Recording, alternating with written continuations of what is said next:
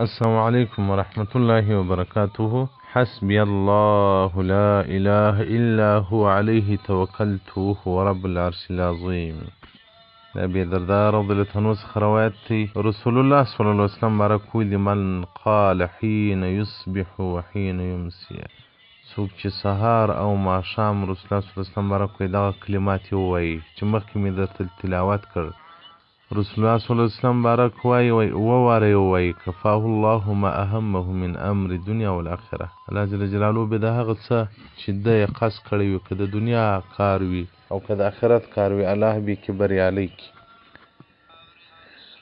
او دغه رنګه د جناب سیدنا محمد صلی الله علیه وسلم بارک څخه روایت دی د حسین رضی الله عنه څخه من قال حين يصبح 7 مرات قچا سهار ووره دا کلمات ویلې حسبي الله لا اله الا هو عليه توكلت وهو رب العرش العظيم. رسول الله صلى الله عليه وسلم بارك لم يصيبه ذلك اليوم ولا تلك الليلة.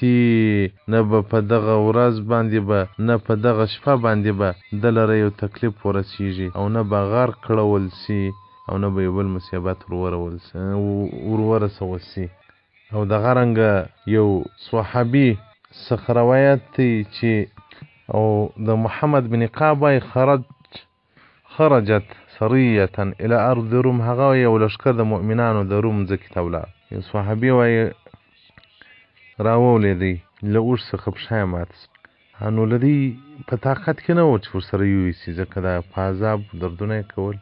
نو د ده سره آس ورسره و، هغه یې ورته وتړی د یو درختې سره او دته یې اوبه و ډوډۍ و شیان کښېښول چې ته راوخته ګزاره کوه چې موږ راځو. دغه وایي کومه چې صحابه کرام راته ولاړل فلما ولوا اتاه آت چې دوی ولاړل یو څوک راغلی راته ما لکه هاهنا څه کوې؟ مال پښه مې ماته سوې ده. فترکني اصحاب دې نفره توضع یدک پر هغه ځای باندې لاس کښېږده چې هغه ته درد احساسوې. وایي ما پر هغه ځای باندې لاس کښېښ. وایي بیا د راته دا ووایه حسبي الله لا اله الا هو عليه توكلت وهو رب العرش العظيم.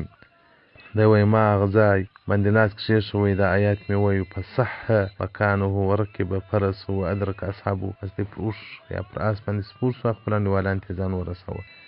نو زموږ علاج باید شفا او زموږ علاج باید قرآن وي او الحمدلله چې مؤمنان وي. د سورة توبې 98 آیات صبح 214 تفسیر در المنصور جلد نمبر 9. والسلام علیکم ورحمة الله وبرکاته.